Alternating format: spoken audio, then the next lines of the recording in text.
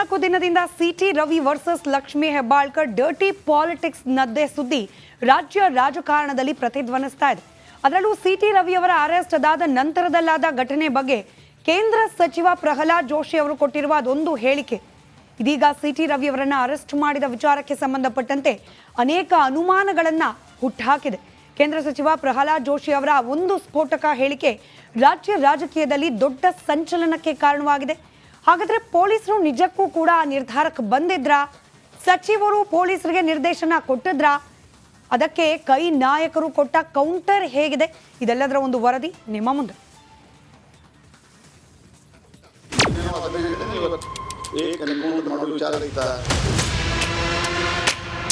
ದೇಶದಲ್ಲಿ ಫೇಕ್ ಎನ್ಕೌಂಟರ್ಗೆ ಹೆಸರುವಾಸಿ ಆಗಿದ್ದಂಥ Amit ಶಾನ supreme court ಗಡೀಪಾರು ಮಾಡಿತ್ತು ಗುಜರಾತಿಂದ.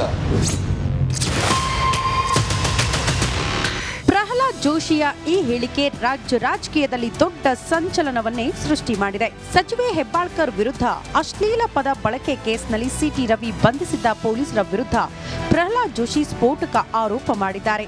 ನಿನ್ನೇನೋ ಅದನ್ನ ಹೇಳಿದ್ರೆ ಇವತ್ತು ಫೇಕ್ ಎನ್ಕೌಂಟರ್ ಮಾಡೋ ವಿಚಾರ ಇತ್ತ, ಕ್ವಾರಿ ಹತ್ರ ಯಾಕೆ ಕರ್ಕೊಂಡು ಹೋದ್ರಿ? ರವಿಯವರು ಹೇಳಿದ್ದಾರೆ ಇವತ್ತು ನನ್ನ ಕೊಲ್ಲು ವಿಚಾರ ಇತ್ತು ಅವ್ರಿಗೆ ಅಂತ. ಆ ಆಧಾರದ ಮೇಲೆ ನಾನು ಹೇಳಿದ್ದೀನಿ, ಕ್ವಾರಿ ಹತ್ರ ಯಾಕೆ ಕರ್ಕೊಂಡು ಹೋದ್ರಿ?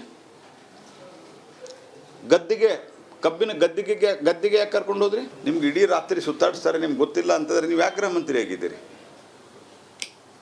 ನೀವು ಆ ಜಾಗದಲ್ಲಿ ಇರಲಿಕ್ಕೆ ಅರ್ಹತೆ ಇದೆಯಾ ಅಂತ ಅನ್ನೋದು ಅವರವರೇ ಪ್ರಶ್ನೆ ಮಾಡ್ಕೋಬೇಕು. ಯಾಕಂದ್ರೆ ನಾವು ಪರಮೇಶ್ವರ್ ಒಬ್ಬರನ್ನ ಜೆಂಟಲ್ಮನ್ ಅಂತ ನಾವು ಭಾಷಿದ್ವಿ. ಬೇರೆ ಪಾರ್ಟಿ ಒಳಗಿದ್ದವ್ರನ್ನೆಲ್ಲರನ್ನೂ ದ್ವೇಷ ಮಾಡುವಂಥ ಪ್ರವೃತ್ತಿ ನಂದಲ್ಲ. I think he is a gentleman. CT Ravi fake ಎನ್ಕೌಂಟರ್ಗೆ ಸಂಚು ಹೇಳಿಕೆಗೆ ಕಾಂಗ್ರೆಸ್ ನಾಯಕರು ಕೌಂಟರ್ ಕೊಟ್ಟರು. ಅಲ್ಲ, ಅವರು ಈಗಾಗಲೇ ಪೊಲೀಸರು ತಮ್ಮ ವಿವರಣೆಯನ್ನು ಕೊಟ್ಟಿದ್ದಾರೆ. ಒಂದು ಸ್ಥಳದಿಂದ ಮತ್ತೊಂದು ಸ್ಥಳಕ್ಕೆ ಯಾಕೆ ಕರೆದುಕೊಂಡು ಹೋದ್ವಿ ಅಂತೇಳಿ. ಈ ಫೇಕ್ ಎನ್ಕೌಂಟ್ರು ಅದು ಇದು ಈ ಶಬ್ದ ಬಳಕೆ ಹಾಗೂ ಈ ಒಂದು ಮಾತುಗಳನ್ನು ಸೃಷ್ಟಿ ಮಾಡೋದೇನಿದೆ ಅದು ಪ್ರಹ್ಲಾದ್ ಜೋಶಿಯವರು ಇರುವ ಸ್ಥಾನದಿಂದ ಅದು ಶೋಭೆ ತರೋದಿಲ್ಲ. ಪ್ರಹ್ಲಾದ್ ಜೋಶಿಯವರು ಅಮಿತ್ ಶಾ ಸಂತತಿಯವರು. ದೇಶದಲ್ಲಿ ಫೇಕ್ ಎನ್ಕೌಂಟರ್ಗೆ ಹೆಸರುವಾಸಿ ಆಗಿದ್ದಂಥ ಅಮಿತ್ ಶಾನ ಸುಪ್ರೀಂ ಕೋರ್ಟು ಗಡೀಪಾರು ಮಾಡಿತ್ತು ಗುಜರಾತಿಂದ. ಆದ್ದರಿಂದ ಅಮಿತ್ ಶಾದವ್ರು ಏನು ಪಾಠ ಹೇಳಿಕೊಟ್ಟಿದ್ದಾರೆ ಅದನ್ನು ಇಲ್ಲೂ ಬಂದು ಹೇಳ್ತಾ ಇದ್ದಾರೆ. ಅವ್ರು ಮಾಡಬೇಕಾಗಿರೋದು ನಾವು ಮಾಡ್ತೀವಿ ಅಂತ ಹೇಳಿ ನಮ್ಮ ಮೇಲೆ ಆಪಾದನೆ ಮಾಡ್ತಾ ಇದ್ದಾರೆ. ಅದು ಆಗೋಗಿದೆ, ಆಗಬಾರ್ದಾಗಿತ್ತು. ಅದು ಸಹ ಮೇಲ್ಮನೆಯಲ್ಲಿ ಇಂಥ ಘಟನೆಗಳು ಮರುಕಳಿಸಬಾರ್ದು. ಅದಕ್ಕೆ ನಾವೆಲ್ಲರೂ ಸಹ ಎಚ್ಚರಿಕೆ ವಹಿಸಬೇಕಾಗುತ್ತೆ. ಅಂಬೇಡ್ಕರ್ ಮೇಲಿನ ಹೇಳಿಕೆಯನ್ನ ಮರೆಮಾಚಲಿಕ್ಕೋಸ್ಕರ ಒಂದು ಕುತಂತ್ರವನ್ನ ಭಾರತೀಯ ಜನತಾ ಪಕ್ಷದವರು ಮಾಡ್ತಾ ಇದ್ದಾರೆ. ಚಿಕ್ಕಮಗಳೂರಿನಲ್ಲಿ ಮಾತನಾಡಿದ BJP MLC city Ravi, CM Siddu ಕೂಡ ಇದರಲ್ಲಿ ಸೇರಿದ್ದಾರೆ. ನನ್ನ ಹತ್ಯೆ ಸಂಚಿನ ಬಗ್ಗೆ ನ್ಯಾಯಾಂಗ ತನಿಖೆ ಆಗಬೇಕು ಅಂತ ಹೇಳಿದ್ರು. ಸಿಟಿ ರವಿ ಬಂಧನ ಕೇಸ್ಗೆ ದಿನಕ್ಕೊಂದು ಟ್ವಿಸ್ಟ್ ಸಿಗ್ತಾ ಇದೆ. ನಿಜಕ್ಕೂ ಸಿಟಿ ರವಿ ಮುಗಿಸಲು ಹೊರಟಿದ್ರ? ತನಿಖೆ ನಂತರವಷ್ಟೇ ಅಸಲಿಯತ್ತು ತಿಳಿಯಲಿದೆ. Bureau report, Republic Kannada. ಮೂರ್ನಾಲ್ಕು ದಿನದಿಂದ CT Ravi versus Lakshmi Hebbalkar dirty politics ನದ್ದೆ ಸುದ್ದಿ ರಾಜ್ಯ ರಾಜಕಾರಣದಲ್ಲಿ ಪ್ರತಿಧ್ವನಿಸ್ತಾ ಇದೆ. ಅದರಲ್ಲೂ ಸಿಟಿ ರವಿ ಅವರ ಅರೆಸ್ಟ್ ಅದಾದ ನಂತರದಲ್ಲಾದ ಘಟನೆ ಬಗ್ಗೆ ಕೇಂದ್ರ ಸಚಿವ ಪ್ರಹ್ಲಾದ್ ಜೋಶಿ ಅವರು ಕೊಟ್ಟಿರುವ ಅದೊಂದು ಹೇಳಿಕೆ ಇದೀಗ ಸಿಟಿ ರವಿ ಅವರನ್ನು ಅರೆಸ್ಟ್ ಮಾಡಿದ ವಿಚಾರಕ್ಕೆ ಸಂಬಂಧಪಟ್ಟಂತೆ ಅನೇಕ ಅನುಮಾನಗಳನ್ನು ಹುಟ್ಟುಹಾಕಿದೆ. ಕೇಂದ್ರ ಸಚಿವ ಪ್ರಹ್ಲಾದ್ ಜೋಶಿ ಅವರ ಒಂದು ಸ್ಫೋಟಕ ಹೇಳಿಕೆ ರಾಜ್ಯ ರಾಜಕೀಯದಲ್ಲಿ ದೊಡ್ಡ ಸಂಚಲನಕ್ಕೆ ಕಾರಣವಾಗಿದೆ. ಹಾಗಾದ್ರೆ ಪೊಲೀಸರು ನಿಜಕ್ಕೂ ಕೂಡ ಆ ನಿರ್ಧಾರಕ್ಕೆ ಬಂದಿದ್ರಾ? ಸಚಿವರು ಪೊಲೀಸರಿಗೆ ನಿರ್ದೇಶನ ಕೊಟ್ಟಿದ್ರಾ? ಅದಕ್ಕೆ ಕೈ ನಾಯಕರು ಕೊಟ್ಟ ಕೌಂಟರ್ ಹೇಗಿದೆ? ಇದೆಲ್ಲದರ ಒಂದು ವರದಿ ನಿಮ್ಮ ಮುಂದೆ.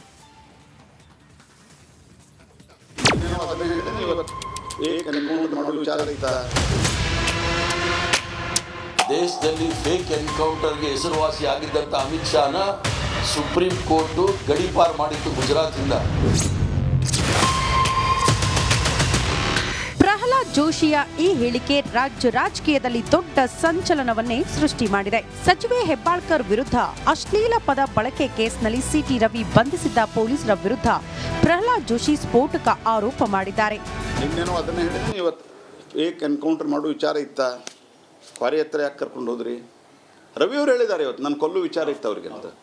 ಆ ಆಧಾರದ ಮೇಲೆ ನಾನು ಹೇಳಿದ್ದೀನಿ, ಕ್ವಾರಿ ಹತ್ರ ಯಾಕೆ ಕರ್ಕೊಂಡು ಹೋದ್ರಿ? ಕಬ್ಬಿನ ಗದ್ದಿಗೆ ಯಾಕೆ ಕರ್ಕೊಂಡು ಹೋದ್ರಿ? ನಿಮ್ಗೆ ಇಡೀ ರಾತ್ರಿ ಸುತ್ತಾಡಿಸ್ತಾರೆ, ನಿಮ್ಗೆ ಗೊತ್ತಿಲ್ಲ ಅಂತಂದರೆ ನೀವು ಯಾಕೆ ಗೃಹ ಮಂತ್ರಿ ಆಗಿದ್ದೀರಿ? ನೀವು ಆ ಜಾಗದಲ್ಲಿ ಇರಲಿಕ್ಕೆ ಅರ್ಹತೆ ಇದೆಯಾ ಅಂತ ಅನ್ನೋದು ಅವರವರೇ ಪ್ರಶ್ನೆ ಮಾಡ್ಕೋಬೇಕು. ಯಾಕಂದರೆ ನಾವು ಪರಮೇಶ್ವರ್ ಒಬ್ಬರನ್ನ ಜೆಂಟಲ್ಮನ್ ಅಂತ ನಾವು ಭಾಷಿದ್ವಿ. ಬೇರೆ ಪಾರ್ಟಿಯೊಳಗಿದ್ದವ್ರನ್ನೆಲ್ಲರನ್ನೂ ದ್ವೇಷ ಮಾಡುವಂಥ ಪ್ರವೃತ್ತಿ ನಂದಲ್ಲ. I think he the gentleman. CT Ravi fake ಎನ್ಕೌಂಟರ್ಗೆ ಸಂಚು ಹೇಳಿಕೆಗೆ ಕಾಂಗ್ರೆಸ್ ನಾಯಕರು ಕೌಂಟರ್ ಕೊಟ್ಟರು. ಅಲ್ಲ, ಅವರು ಈಗಾಗಲೇ ಪೊಲೀಸರು ತಮ್ಮ ವಿವರಣೆಯನ್ನು ಕೊಟ್ಟಿದ್ದಾರೆ. ಒಂದು ಸ್ಥಳದಿಂದ ಮತ್ತೊಂದು ಸ್ಥಳಕ್ಕೆ ಯಾಕೆ ಕರೆದುಕೊಂಡು ಹೋದ್ವಿ ಅಂತೇಳಿ. ಈ ಫೇಕ್ ಎನ್ಕೌಂಟ್ರು ಅದು ಇದು ಈ ಶಬ್ದ ಬಳಕೆ ಹಾಗೂ ಈ ಒಂದು ಮಾತುಗಳನ್ನು ಸೃಷ್ಟಿ ಮಾಡೋದೇನಿದೆ ಅದು ಪ್ರಹ್ಲಾದ್ ಜೋಶಿಯವರು ಇರುವ ಸ್ಥಾನದಿಂದ ಅದು ಶೋಭೆ ತರೋದಿಲ್ಲ. ಪ್ರಹ್ಲಾದ್ ಜೋಶಿಯವರು, ಅಮಿತ್ ಶಾ ಸಂತತಿಯವರು ದೇಶದಲ್ಲಿ ಫೇಕ್ ಎನ್ಕೌಂಟರ್ಗೆ ಹೆಸರುವಾಸಿ ಆಗಿದ್ದಂಥ ಅಮಿತ್ ಶಾನ ಸುಪ್ರೀಂ ಕೋರ್ಟು ಗಡೀಪಾರು ಮಾಡಿತ್ತು ಗುಜರಾತಿಂದ. ಆದ್ದರಿಂದ ಅಮಿತ್ ಶಾದವ್ರು ಏನು ಪಾಠ ಹೇಳಿಕೊಟ್ಟಿದ್ದಾರೆ ಅದನ್ನು ಇಲ್ಲೂ ಬಂದು ಹೇಳ್ತಾ ಇದ್ದಾರೆ. ಅವ್ರು ಮಾಡಬೇಕಾಗಿರೋದು ನಾವು ಮಾಡ್ತೀವಿ ಅಂತ ಹೇಳಿ ನಮ್ಮ ಮೇಲೆ ಆಪಾದನೆ ಮಾಡ್ತಾ ಇದ್ದಾರೆ. ಅದು ಆಗೋಗಿದೆ, ಆಗಬಾರ್ದಾಗಿತ್ತು. ಅದು ಸಹ ಮೇಲ್ಮನೆಯಲ್ಲಿ ಇಂಥ ಘಟನೆಗಳು ಮರುಕಳಿಸಬಾರ್ದು. ಅದಕ್ಕೆ ನಾವೆಲ್ಲರೂ ಸಹ ಎಚ್ಚರಿಕೆ ವಹಿಸಬೇಕಾಗುತ್ತೆ. ಅಂಬೇಡ್ಕರ್ ಮೇಲಿನ ಹೇಳಿಕೆಯನ್ನ ಮರೆಮಾಚಲಿಕ್ಕೋಸ್ಕರ ಒಂದು ಕುತಂತ್ರವನ್ನ ಭಾರತೀಯ ಜನತಾ ಪಕ್ಷದವರು ಮಾಡ್ತಾ ಇದ್ದಾರೆ. ಚಿಕ್ಕಮಗಳೂರಿನಲ್ಲಿ ಮಾತನಾಡಿದ BJP MLC city Ravi, CM Siddu ಕೂಡ ಇದರಲ್ಲಿ ಸೇರಿದ್ದಾರೆ. ನನ್ನ ಹತ್ಯೆ ಸಂಚಿನ ಬಗ್ಗೆ ನ್ಯಾಯಾಂಗ ತನಿಖೆ ಆಗಬೇಕು ಅಂತ ಹೇಳಿದ್ರು. ಸಿಟಿ ರವಿ ಬಂಧನ ಕೇಸ್ಗೆ ದಿನಕ್ಕೊಂದು ಟ್ವಿಸ್ಟ್ ಸಿಗ್ತಾ ಇದೆ. ನಿಜಕ್ಕೂ ಸಿಟಿ ರವಿ ಮುಗಿಸಲು ಹೊರಟಿದ್ರಾ? ತನಿಖೆ ನಂತರವಷ್ಟೇ ಅಸಲಿ ಎತ್ತು ತಿಳಿಯಲಿದೆ. Bureau report, Republic Kannada. ಊಟ ಇರ್ಬೋದು, ರಾತ್ರಿ ಊಟವನ್ನ ವಿತರಿಸಿಕೊಂಡು ಆಯೋಜಕರು ಬರ್ತಾ ಇರ್ತಕ್ಕಂಥದ್ದು. ಆದ್ರೆ ಏನು ಕಾರ್ಯಕ್ರಮದ ಆರಂಭದ ದಿನದಿಂದಲೂ ಕೂಡ ಏನೋ ಪ್ರಗತಿಪರಿದ್ರು ಅವರು ಮಾಂಸಾಹಾರವನ್ನ ಮತ್ತೆ ಬಾಡೂಟವನ್ನ ಹಾಕ್ಬೇಕು ಅಂತ ಹೇಳಿ ಅವತ್ತಿಂದಲೂ ಕೂಡ ಅವರು ಸಾಕಷ್ಟು ಚರ್ಚೆನ ಕೂಡ ಮಾಡಿದ್ರು. ಆದ್ರೆ ಇವತ್ತು ಏನು 3ನೇ ದಿನ ಆಗಿರತಕ್ಕಂಥದ್ದು, ಇವತ್ತು ಕೊನೆ ದಿನದ ಒಂದು ದಿನದಲ್ಲಿ ಮಧ್ಯಾಹ್ನ ಒಂದು ನಂತರ ಪ್ರಗತಿಪರಿದ್ರೆ ಅವರು ಏನು ನಾಟಿ ಕೋಳಿ ಸಾಂಬಾರು, ಮೊಟ್ಟೆ ಹಾಗೂ ಮುದ್ದೆಯನ್ನ ವಿತರಿಸುವ ಮೂಲಕ ಒಂದು ಬಾಡೂಟವನ್ನ ವಿತರಣೆಯನ್ನು ಕೂಡ ಮಾಡಿರ್ತಕ್ಕಂಥದ್ದು. ಅಂದ್ರೆ ಮೊದಲ ಬಾರಿಗೆ ಅಂದ್ರೆ ಕಾರ್ಯಕ್ರಮ ನಡೀತಾ ಇರ್ತಕ್ಕಂಥ ಏನೊಂದು ವೇದಿಕೆ ಮುಂಭಾಗ ಮುಖ್ಯ ದ್ವಾರ ಇದೆ. ಆ ಒಂದು ಮುಖ್ಯ ದ್ವಾರದ ಬಳಿಯೇ ಅಲ್ಲಿ ಒಂದು ನಾವು ಊಟವನ್ನ ಹಂಚಿಕೆಯನ್ನ ಮಾಡ್ತೀವಿ ಅಂತ ಹೇಳಿ ಪ್ರಗತಿಪರರು ಮುಂದಾಗ್ತಾರೆ. ಈ ಒಂದು ವೇಳೆ ಪೊಲೀಸರು ಅವರನ್ನ ಒಂದು ತಡೆಯುವಂತ ಕೆಲಸವನ್ನ ಕೂಡ ಮಾಡ್ತಾರೆ. ಆದ್ರೂ ಕೂಡ ಇವರು ಪೊಲೀಸರ ವಿರುದ್ಧವೇ ಒಂದು ವಾಗ್ವಾದ ನಡೆಸಿ ಜಟಾಪಟಿ ಕೂಡ ನಡೆಯುತ್ತೆ. ಪ್ರಗತಿಪರರು ಮತ್ತೆ ಇವರು ಪೊಲೀಸರ ನಡುವೆ ಜಟಾಪಟಿ ಕೂಡ ನಡೆಯುತ್ತೆ. ಈ ಒಂದು ವೇಳೆಯಲ್ಲಿ ಆ ಊಟವನ್ನು ಅಂದ್ರೆ ನಾಟಿ ಕೋಳಿ ಸಾಂಬಾರ ಇರ್ಬೋದು, ಮೊಟ್ಟೆ ಮತ್ತೆ ಮುದ್ದೆಯನ್ನ ವಶಕ್ಕೆ ಪಡೆಯುವಂತ ಕೆಲಸವನ್ನು ಕೂಡ ಪೊಲೀಸರು ಮಾಡ್ತಾರೆ. ಆದ್ರೂ ಕೂಡ ಪ್ರಗತಿಪರರು ಅದನ್ನ ಬಿಡದೆ ಪೊಲೀಸರ ಬಳಿಗೆ ಕಿತ್ತುಕೊಂಡು ಹೋಗಿ ಜನರಿಗೆ ಊಟವನ್ನ ಹಂಚುವಂತ ಕೆಲಸವನ್ನು ಕೂಡ ಮಾಡಿರ್ತಕ್ಕಂಥದ್ದು. ಒಟ್ಟಿನಲ್ಲಿ ಇದರಿಂದ ಈಗ ಸಾಕಷ್ಟು ಪರ ಮತ್ತು ವಿರೋಧಗಳು ಕೂಡ ಚರ್ಚೆ ಆಗ್ತಾ ಇರುವಂತದ್ದು. ಸ್ಮಿತಾ. ರೈಟ್, ಧನ್ಯವಾದ ಜಗದೀಶ್ ಮಾಹಿತಿಗಾಗಿ.